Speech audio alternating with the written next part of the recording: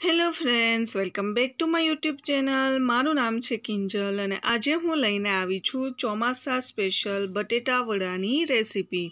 તો વિડીયોને છેલ્લે સુધી જોવાનું ના ભૂલશો. વિડીયો ગમે તો લાઇક, શેર અને ચેનલને સબસ્ક્રાઈબ કરવાનું ના ભૂલશો. જો તમારું કોઈ રેસીપી માટે સજેશન હોય તો નીચે કમેન્ટ કરીને જરૂરથી કહી શકો છો. આ બટેટા વડા ખાવામાં ખૂબ જ ટેસ્ટી લાગે છે, તો એકવાર આ રીતે રેસીપી ઘરે ચોક્કસથી ટ્રાય કરજો.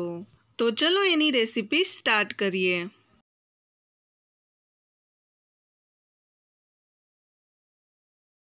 તો સૌપ્રથમ આપણે બટેટાને બાફવા મૂકી દઈશું. તો અહીંયા 4 થી 5 મેં અહીંયા બટેટા લીધા છે. બટેટાની અંદર આપણે થોડું મીઠું નાખી અને 4 સીટી વાગે ત્યાં સુધી એને બાફવા દઈશું.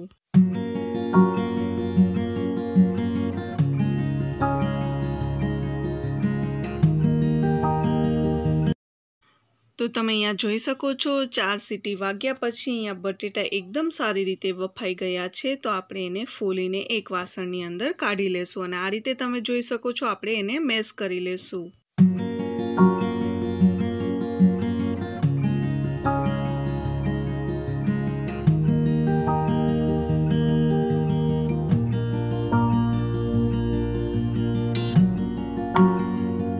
બટેટા અહીંયા મેશ થઈ ગયા છે. તો હવે આપણે એમાં ઉમેરીશું 1 ચમચી જેટલા વાટેલા મરચાં ઉમેર્યા પછી હવે આપણે અહીંયા ઉમેરીશું 1 ચમચી જેટલું ધાણા જીરું પાવડર. એનાથી ટેસ્ટ ખૂબ જ સરસ આવે છે. ધાણા જીરું પાવડર ઉમેર્યા પછી હવે આપણે એમાં ઉમેરીશું 1.5 ટેબલ સ્પૂન જેટલો ગરમ મસાલા પાવડર, જેનાથી ટેસ્ટ ખૂબ જ સરસ આવે છે. તમે તમારા ટેસ્ટ મુજબ એને ઓછો વધતો કરી શકો છો. હવે આપણે અહીંયા ઉમેરીશું 1/4 ટીસ્પૂન જેટલી હિંગ ઉમેર્યા પછી હવે આપણે એમાં ઉમેરીશું 1.5 ટેબલ સ્પૂન જેટલી હળદર ઉમેર્યા પછી હવે આપણે એમાં ઉમેરીશું 1 ચમચી જેટલી આદુની પેસ્ટ ઉમેર્યા પછી હવે આપણે એમાં ઉમેરીશું 2 ચમચી જેટલી ખાંડ તમે અહીંયા તમારા ટેસ્ટ મુજબ ઓછી વધતી કરી શકો છો. તમને જેટલું ગળ્યું પસંદ હોય એ મુજબ ઓછી વધતી કરી શકો છો. હવે આપણે અહીંયા ઉમેરીશું સ્વાદ અનુસાર મીઠું ઉમેર્યા પછી આપણે એમાં ઉમેરીશું 1 લીંબુનો રસ. તો અહીંયા આપણે 1 આખા લીંબુનો રસ એમાં ઉમેરી દઈશું.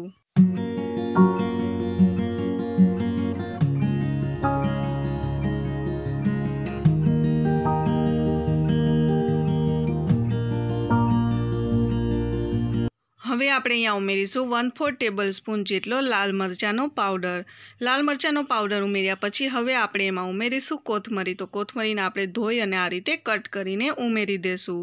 આ બધી વસ્તુ ઉમેર્યા પછી આપણે સારી રીતે મિક્સ કરી લેવાનું છે.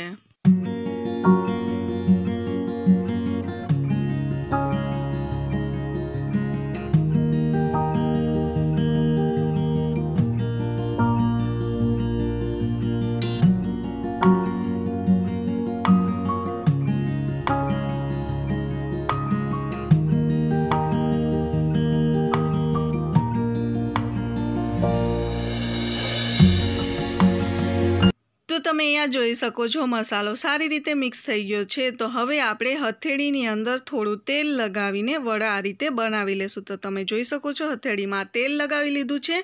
આ રીતે આપણે વડા બનાવી લેશું.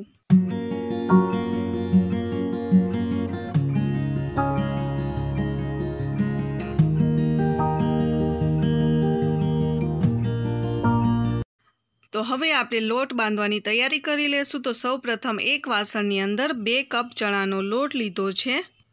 ચણાના લોટને ચાળી લીધો છે. તો હવે આપણે એમાં ઉમેરીશું સ્વાદ અનુસાર મીઠું ઉમેર્યા પછી 1 પિંચ જેટલા જે મીઠા સોડા આવે છે, સાજીના ફૂલ, એ આપણે ઉમેરી દઈશું. સોડા ઉમેર્યા પછી હવે આપણે અહીંયા 1/4 ટીસ્પૂન જેટલી ખાંડ ઉમેરીશું. આટલી વસ્તુ ઉમેર્યા પછી થોડું પાણી ઉમેરીને આપણે લોટ તૈયાર કરી લેશું. અહીંયા થોડું પાણી ઉમેરીને લોટ તૈયાર કરવાનો છે, નહીં તો લોટ પતલો થઈ જશે એટલા માટે.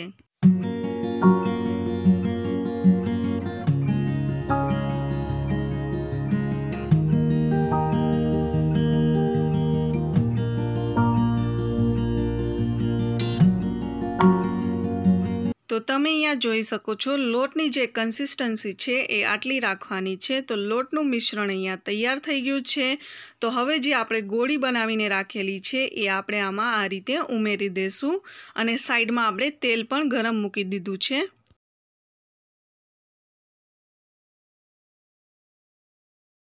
તો સાથે સાથે તેલ પણ ગરમ થઈ ગયું છે, તો હવે આપણે એને ચેક કરી લેશું. તો આ રીતે થોડું મિશ્રણ નાખીને ચેક કરી લેશું.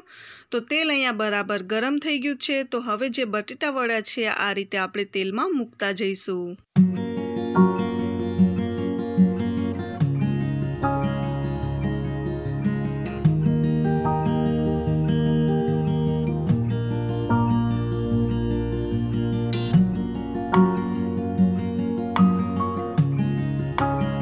બટેટા વડા તેલમાં મૂક્યા પછી હવે આપણે અહીંયા ગેસને સ્લો ફ્લેમ ઉપર આ રીતે બંને સાઈડ સારી રીતે ફ્રાય કરી લેશું તેલમાં.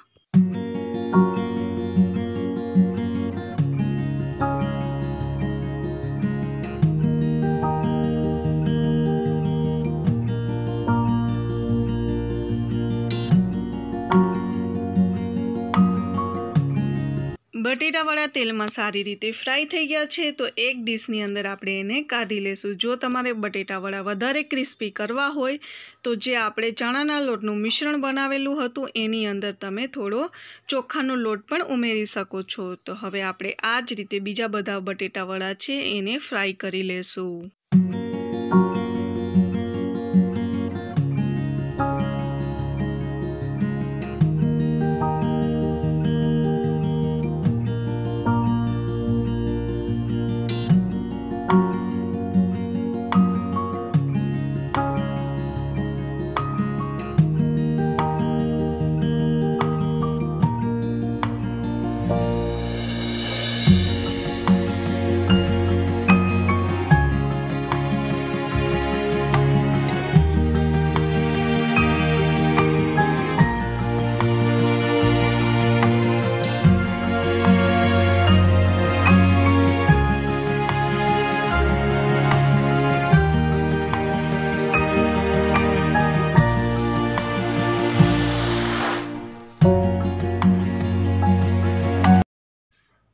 અહીં તૈયાર છે મોન્સૂન સ્પેશિયલ બટેટા વડાની રેસીપી છે ને એકદમ આસાન રેસીપી.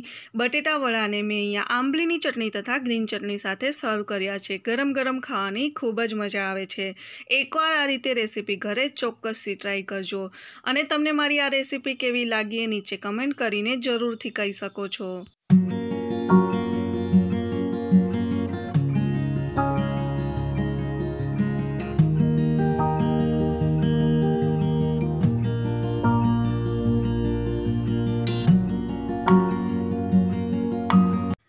બટેટા વડાને આપણે અંદરથી પણ તોડીને ચેક કરી લઈએ. તો તમે અહીંયા જોઈ શકો છો અંદરથી પણ ખૂબ જ સરસ રીતે બન્યા છે.